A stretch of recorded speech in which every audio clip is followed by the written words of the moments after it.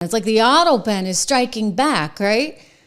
Because he has a feeling some funny stuff went on. And he's not the only one. James Comer now opening an investigation. But first, my friend Benny had him on his program and listened to what Representative Tim Burchett was saying about the potential for illegal activity that may have gone down vis-a-vis the Autopen. Because, you know, whether it be Biden okaying 532,000 people to come here and get this parole program from Cuba, Haiti, Nicaragua, or Venezuela, or whether it be these pardons, like over 8,000 of them, it's clear that Biden wasn't actually doing anything. Heck, the guy was on vacation more than 500 days in his term, most of any president. Yeah, to keep getting all that sun on the beach in Delaware, right? Anyway, listen to Tim Burchett. Got staffers. I would look, Tennessee has had a history of this. We had a governor several governors ago. He's since passed away, but he sold pardons. You can look it up. His name was Ray Blanton. It made national news. And I mean, they wrote songs, Pardon Me, Ray. And it was a cash for clemency deal. And that's exactly what I think you're going to find out. You're going to find staffers that were able to take forms, get them and run them through some sort of bogus legal system. And then they auto-penned them, and there's probably people out on the street that shouldn't be, but somebody got rich off that, and wow.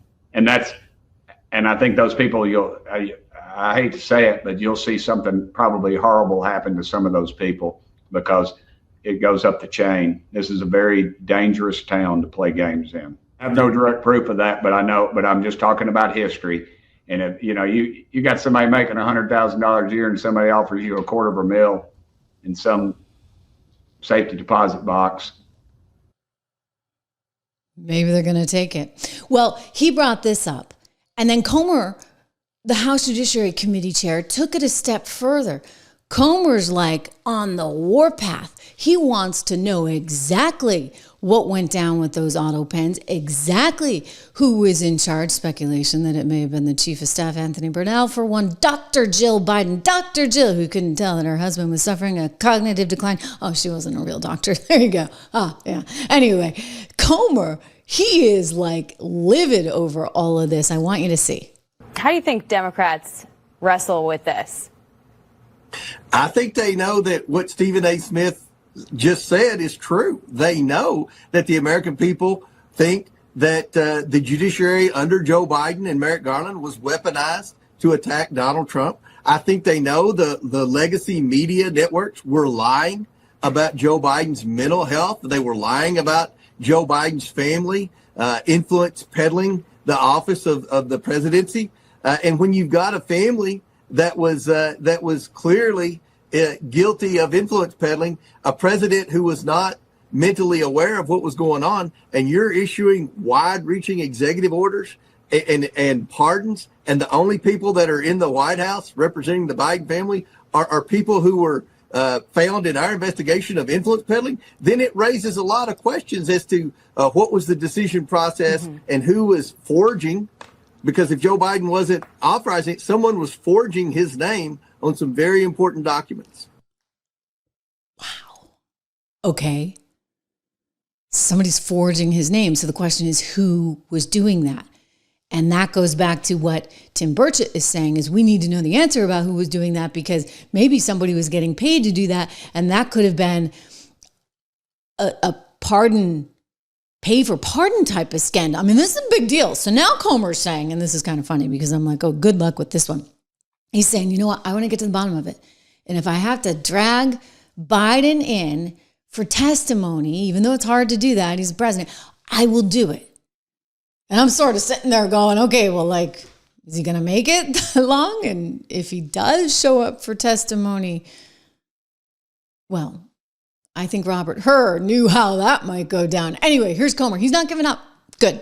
Well, I mean, again, we're going to see who was giving the directive to sign these. If everyone says it was Joe Biden, then I'm certainly open to bring him in. It's harder to bring in a former president. The Democrats tried to bring Donald Trump into some things. But at any rate, wherever the trail leads is where we're going to bring them in. Boom. Okay, he's saying wherever the trail leads us, we're going to bring him in. So, you guys thought you were so clever with that little Autopen thing. You thought you could get around everything. All right, maybe he's not the best, but that's actually coming back to haunt you in a really big way. And I have no love lost for one Jake Tapper and consider him to have been part of the problem. But in some ways, it's rather poetic that Jake is commercial enough that he's trying to make a buck off of this book, because if a conservative had written this book, nobody would have taken it quite as seriously. But the fact that you've got a guy on CNN coming out and finally admitting what we all saw, right? Remember what we saw at G7, where poor Biden was trying to find the parachuter guy and he wanders off, and Georgia Maloney, I knew I liked her then. I've always loved her. But you know what? This was like a special moment in time. You get the rest of them, Macron looking for his camera shot, making sure his hair's okay, right? And at least Georgia, she's a sweet lady. She goes over there to rescue him. But you can't rescue him. You know why? Because he's in a bad state. He can barely put his sunglasses on his head. We're watching the live feed. And yet they wanted us to think this guy was okay. This guy that when he was asked questions, he said, I better not take the questions. Start the questions, I'll get in trouble. And he looks like he's ready to pass out. Everyone please move this mic. Super Tuesday said, do you have a message? I mean, he looks ill. He looks sick in this. And yet they kept him propped up. I mean, to the point where, there was that invisible chair moment. Remember? There was a chair, by the way. They got mad at the media because some media said, oh, there was no chair. But there was indeed a chair. But he just seems so out of it. Trace is reminding all of you, Trace, a veteran. I've changed it in a way that now you're in a situation where there are 40% fewer people coming across the border legally. That's better than when he left office. And I'm going to continue to move until we get the total ban on the total initiative relative to what we can do with more border patrol and more asylum officers. President Trump? I really don't know what he said at the end of that sentence. I don't think he knows what he said either. Look, we had the safest border in the history of our country. The border, all he had to do was leave it. All he had to do was leave it. He decided to open up our border, open up our country to people. That was one of those very, very special moments. Trace, thank you again for your generosity. He's reminding everybody to like and to share and to comment, because this is how we get bigger and this is how we get the truth out. I'm sitting there saying during all of this, right? You guys can't run him. What are you thinking? You can't run this guy. There's just no way.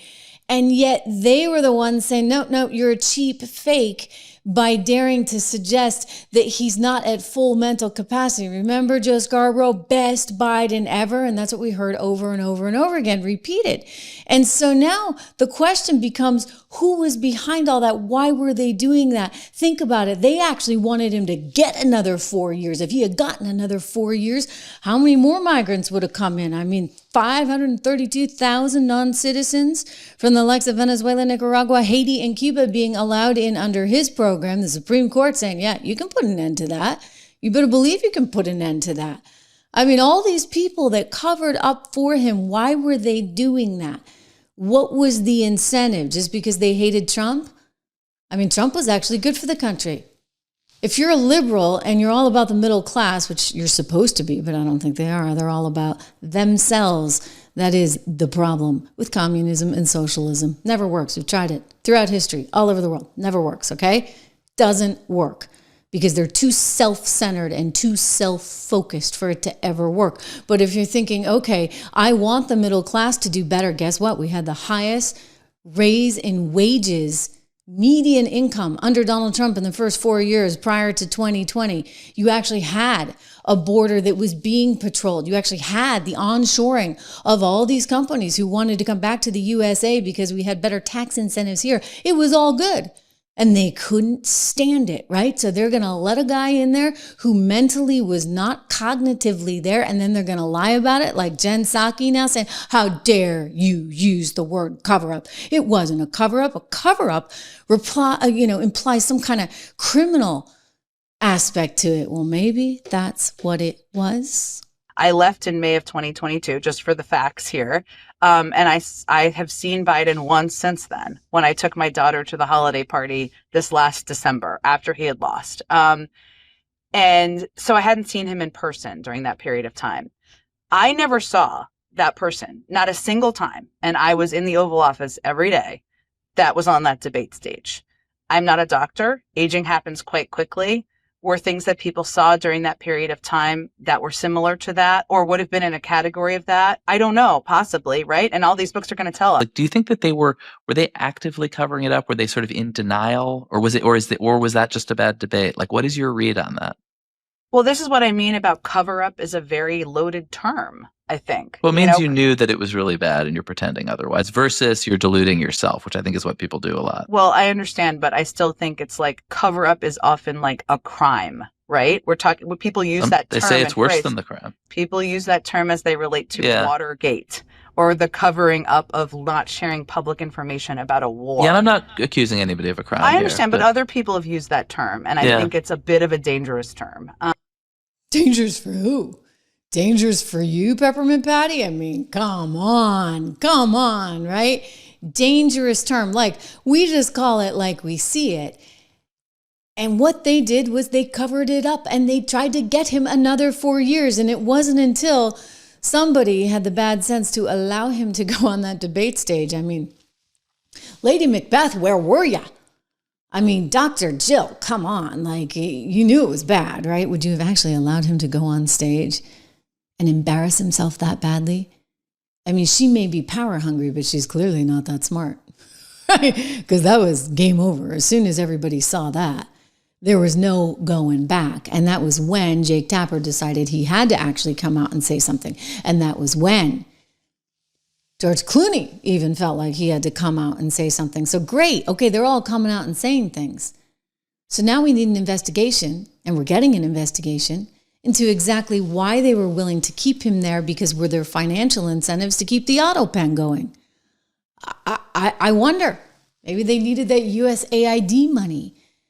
The media, what they did, I'll never get over.